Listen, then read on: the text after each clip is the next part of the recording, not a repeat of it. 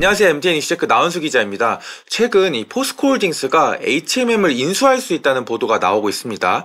이 포스코홀딩스 측에서는 그룹 사업과 전략적 시너지 창출이 가능한지 여부를 검토하는 수준이고, 인수 참여 여부에 대해서는 아직 결정된 바 없다는 미확정 공시를 내면서 이 완전 부인하지 않는 분위기를 이제 풍겼는데요. 이 포스코 측이 아직 검토 단계라고 말한 만큼 이 시기상조라고도 볼 수 있지만, 벌써부터 이 증권가에서는 인수 시너지를 분석한 리포트가 나오고 있고, 이 주가 역시 움직이는 등 이 시장이 벌써 반응을 보이고 있습니다. 사실 이 포스코홀딩스의 HMM 인수설은 이번이 처음은 아닙니다. 민영화 이야기가 나올 때마다 유력한 인수 후보군 중 하나로 매번 꼽혀왔는데요. 그럴 때마다 매번 포스코홀딩스 측은 인수 시너지가 없다면서 선을 그어왔습니다. 그렇다면 갑자기 입장이 변하게 된 건 이 무슨 이유 때문일까요? 오늘 이슈체크에서 이 내용을 좀 살펴보겠지만 좀 큰 특징들이 좀 있습니다. 이번 공시를 보면 이 시너지에 대한 부분에 대한 입장이 변한 게 가장 큰 특징이고요. 더 나아가서 이 구체적으로 이 보스턴 컨설팅과 이 3일 회계 법인 이 같은 이 외부 전문가들과 같이 검토를 진행한다는 것도 이 큰 특징입니다. 이렇게 외부 전문가까지 같이 검토를 한다는 건 그만큼 인수에 대한 의지를 보여준 거다라고도 볼 수 있고요. 그래서 오늘 이슈체크에서는 이 포스코홀딩스의 HMM 인수설에 관련한 이야기를 다뤄보려고 하는데요. 업계에서 말하는 이 인수 시너지가 무엇인지, 정말 그런 시너지가 날 수 있다고 볼 수 있을지, 그리고 더 나아가 인수 과정에서 걸림돌은 없을지 이번 이슈체크에서 하나씩 짚어보도록 하겠습니다. HMM의 지분은 산업은행이 약 36%, 해양진흥공사 35%로 정부가 70% 넘게 지분을 보유하고 있습니다. 현재 HMM 같은 경우 자사주 소각을 위한 이 공개 매수를 진행 중이어서 사는 해진공이 공개 매수에 응하게 되면 이보다 지분율이 좀 낮아질 것으로 보이긴 합니다. 근데 해양진흥공사 같은 경우는 HMM 지분 매각에 관심이 없어서 이 매물 대상으로 현재 거론되는 건 사는이 보유한 주식이고요. 이 사는의 HMM 지분 가치는 현 시가총액 기준으로 약 8조 원 정도로 거론이 됩니다. 이 과거부터 이 포스코홀딩스는 HMM의 유력 인수 후보자로 거론돼 왔습니다. 이 비싼 몸값을 낼 수 있는 기업이 국내에 몇 없을 뿐더러 이 철강석과 석탄을 운반할 때 HMM 선박을 이용해 나르는 이 사업적 연관성까지 고려가 되면서 시장에서는 항상 이 인수 후보자로 거론을 해왔던 건데요. 그런데 이럴 때마다 이 포스코홀딩스 측은 매번 인수설에 선을 그어왔습니다. 실적을 발표하는 컨퍼런스 콜에서 이 포홀 측은 중장기 사업과 방향성이 맞지 않아서 인수를 고려하고 있지 않다는 입장을 직접 밝히기도 했고요. 그런데 이번 HMM의 인수 보도 이후 이 포스코홀딩스의 공시를 보면 시너지 창출이 가능한지 여부를 검토하는 수준이고, 인수 참여 여부에 대해서는 결정된 바가 없다면서 기존과 바뀐 입장을 내놓습니다. 이 검토 자체를 부인하지 않는 거죠. 그리고 이전에는 시너지가 없다고 딱 잘라 말하더니 갑자기 시너지 창출을 검토 중이다 라는 것도 눈에 띕니다. 이번 포스코홀딩스의 HMM 인수에 대해서 큰 특징은 한 4가지 정도로 요약이 되는데요. 지금부터 하나씩 짚어볼 텐데, 가장 먼저 앞서 말한 이 시너지에 대한 부분입니다. 이 포스코홀딩스가 어떤 사업 부분에서 시너지를 검토 중인지는 현재로서는 알 수 없지만, 시장에서는 이 대표적인 시너지로 이 물류비 절감을 꼽습니다. 철강석, 석탄, 2차전지와 관련된 배터리 소재 원료 등 이거를 이제 수입할 뿐 아니라 이 수출 중심의 포트폴리오를 갖고 있는 만큼 배를 이용해서 실어 나르는 경우가 많으니, 인수를 하면 이 비용 절감, 이 물류비의 비용 절감 측면에서 시너지가 날 수 있다라고 분석을 하는 거죠.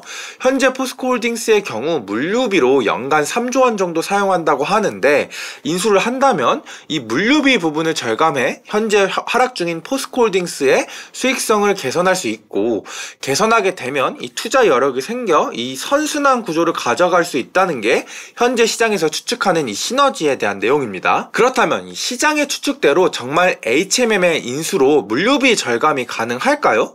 실제 업계나 전문가들의 이야기를 들어보면, 그리고 제가 좀 취재한 바로 알아보면 이 부분에서 시너지가 발생할지에 대해서 몇 가지 의문이 생깁니다. 첫 번째는 현실적으로 가능하냐라는 근본적인 질문에서 시작이 됩니다.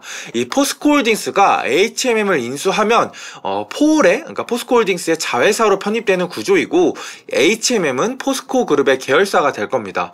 이런 계열사가 편입되는 상황에서 이 포스코홀딩스가 HMM의 선박을 이용한다면 이 내부 거래가 될 테고요. 그런데 우리나라 공정거래법 23조에는 이 불공정 거래 행위를 금지하는 내용이 명시되어 있습니다. 쉽게 말해서 계열사 간이라도 이 거래를 할 때 시장 가격 그리고 거래 조건을 현저히 낮게 가격으로 거래를 못하도록 한 법인데요. 이 말은 즉 포스코홀딩스가 HMM을 인수하더라도 물류 비용을 크게 낮출 수 없다. 크게 낮추는데 제한이 걸린다라는 의미입니다. 물론 이 실제 공정거래법 전문 변호사의 말을 들어보면 공정거래법에서 이 현저히 낮은 가격에 거래하는 것을 금지하고 있기 때문에 즉 현저히라는 이 표현이 좀 주관적인 표현이기 때문에 인수를 해서 일정 부분 물류 비용을 절감할 수 있는 여지가 있다고 이야기는 합니다. 다만 시장에서 생각하는 정말 대폭적인 물류비를 절감하는 건 이 공정거래법에 따라 불가능하기 때문에 정말 시너지 측면에서 이 물류비 절감에 대한 효과가 어려울 수 있다는 거죠. 두 번째는 재무적인 상황도 동시에 고려할 필요가 있어 보입니다. 이 포스코홀딩스는 연결 기준으로 현금성 자산이 약 16조 원으로 HMM의 사는 지분 가치 8조 원을 충당할 수 있는 충분한 현금을 보유하고 있긴 합니다. 하지만 여러 가지 상황을 복합적으로 살펴보면 그렇게 넉넉하다라고 볼 수는 없는데요.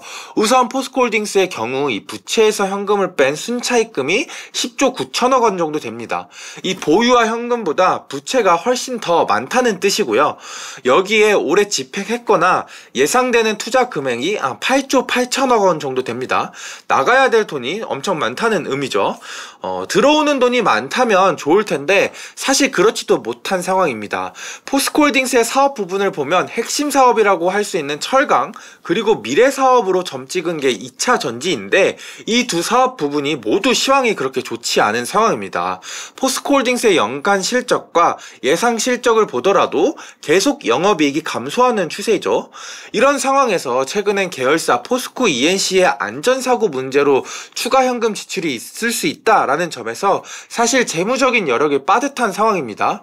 인수할 수는 있지만 인수 자체의 나머지 그 현금을 어떻게 이렇게 끌어나갈 수 있을지 이 부분에 대해서 퀘스천 마크가 시장에 있는 상황인 거죠. 실제로 포스코홀딩스의 이 공시 이후 KB증권에서는 시너지 측면보단 우려가 된다는 리포트를 발간했는데요. 앞서 말씀드린 내용을 언급하면서 HMM 인수는 재무부담으로 이어질 수 있다라는 지적을 하고 있습니다. 지금까지는 이 물류비를 정말 절감할 수 있는지 그리고 재무적인 부담으로 이어지지 않을지 시너지 측면에서 좀 살펴봤는데요. 사실 시너지 못지않게 중요한 게 이 법적인 이슈입니다. 민간 기업끼리 어떤 사업 부분을 매각하더라도 이사회를 열어야 하는 등 이 내부적으로 정한 프로세스에 따라서 매각이 진행돼야 합니다. 그렇지 않는다면 항상 이 배임적인 이슈에 휘말릴 수 있죠. 그런데 HMM처럼 국가가 보유한 재산을 매각할 경우 이보다 더 엄격한 법 절차를 거쳐야 하는데요. 대표적으로 우리나라에는 해운법이라는 게 있습니다. 아래는 해운법 24조의 7항의 내용인데 이 조항을 읽을 필요는 없고 핵심만 말씀드리면 원유, 제철 원료 같은 사업을 하는 기업이 해상 화물 운송 사업을 하려면 정책자문위원회를 의견을 들어서 등록 여부를 결정해야 된다라는 겁니다. 즉 포스코같이 철강 제품을 운송하는 기업 그리고 2차전지 원료를 수입하는 기업들은 HMM 같은 이런 해운업을 하려고 하면 정책자문위원회를 거쳐야 한다는 거죠.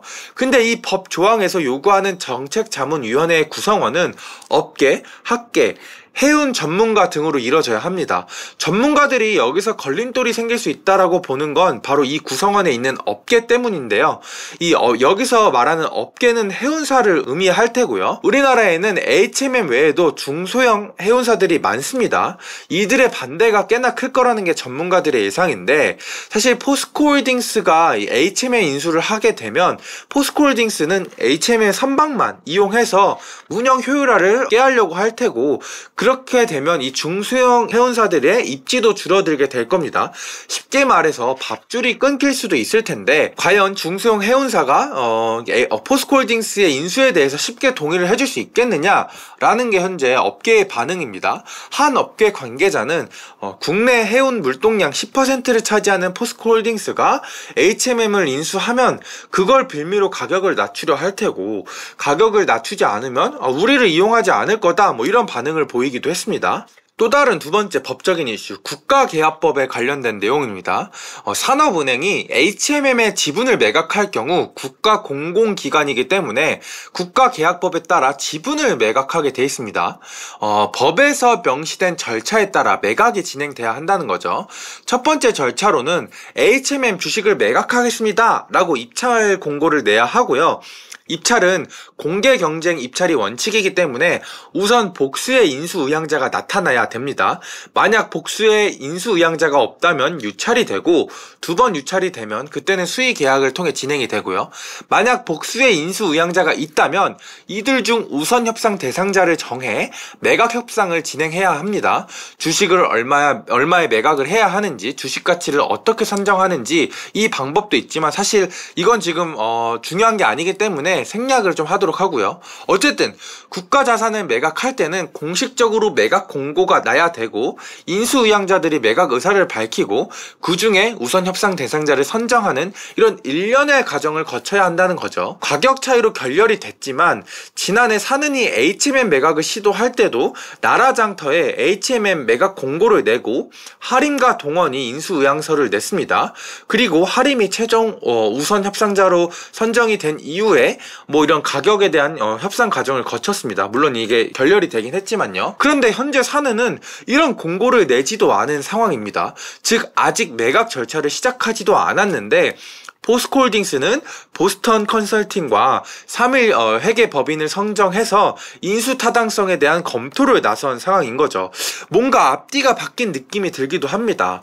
그래서 일각에서는 산은이 매각 절차를 밟기 전 사전에 물밑에서 잠재적 인수의향자들한테 매각 의사를 밝히고 딜이 진행되는 것 아니냐 뭐 이런 추측을 내놓고도 있습니다.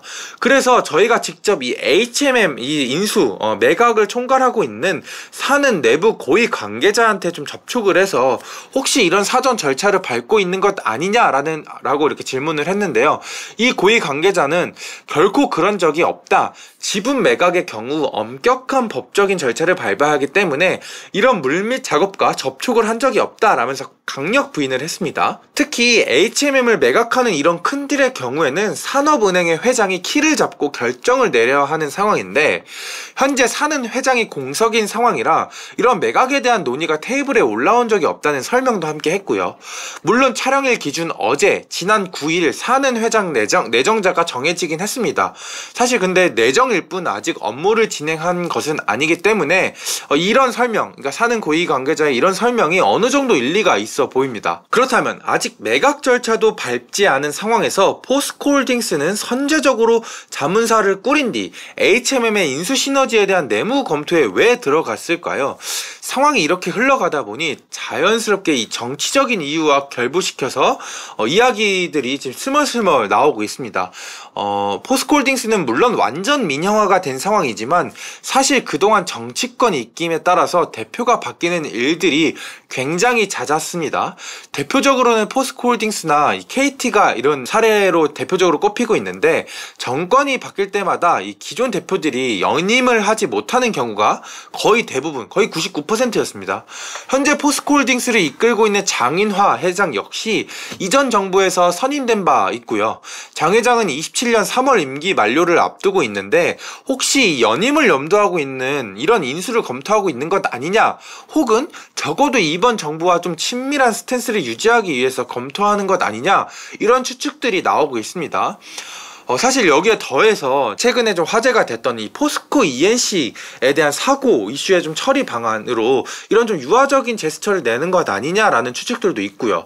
이 포스코홀딩스 측은 당연히 이런 한간에 떠도는 이야기들에 대해서 강력 부인을 하고는 있습니다. 제가 접촉한 이 전문가들이나 관계자들은 대부분 이런 정치적인 이슈와 결부시키는 경우들이 굉장히 많았습니다. 또 다른 전문가는 회장의 공석 여부와 상관없이 현재 사느는 AI 반도체 등 국가 핵심 산업 지원을 위한 재원 마련을 해야 하는 상황이라 HMM을 최대한 빨리 민영화해서 이 재원을 마련할 필요가 있고, 동시에 이재명 대통령이 대선 후보 시절 핵심 공약 중 하나였던 HMM 본사 부산 이전에 대한 과제를 안고 있는데, 이런 두 가지 문제점을 해결할 수 있는 게 포스코홀딩스다 라는 분석을 내놓기도 했습니다. 앞서 말한 것처럼 이 정치적 입김이 강하게 작용하는 포스코홀딩스에다가 HMM을 밑에다 두고 민영화를 시키게 되면 이 부산 이전에 대한 문제를 해결할 수 있다, 이런 의미겠죠. 다만 만약 정말 이런 것까지 염두한 민영화라면 민간기업 포스코홀딩스를 정치적 도구로 이용한다라는 이 비판에서 자유롭지는 못할 것으로 보입니다. 지난 9일, 그러니까 어제, 촬영일 기준으로 어제 사는 회장으로 이 박상진 전 준법감시인이 이 회장으로 내정된 상황입니다. 내정된 이후 한 언론사와의 인터뷰에서 HMM 매각에 속도를 내겠다라는 입장을 공식적으로 밝히기도 했는데요. 이렇게 공식적으로 박 내정자가 매각 의사를 밝힌 만큼 앞으로 이 매각에 탄력이 붙을 것으로도 보이고요. 포스코홀딩스도 앞으로 한 달 내로 이번 인수권과 관련해서 재공시를 할 예정이어서 과연 이후 공시에서 구체적 입장을 어떻게 밝힐지도 주목해볼 포인트로 보입니다. 현 정부가 공약으로 내세운 이 HMM의 부산 이전과 이 산은의 수건 사업인 이 민영화를 동시에 할 수 있을지 지켜보면 좋을 것 같습니다. 네, 오늘 제가 준비한 이슈체크는 여기까지고요. 다음에는 더 유익하고 재밌는 컨텐츠로 찾아뵙도록 하겠습니다. 지금까지 시청해주신 구독자 여러분들 감사합니다.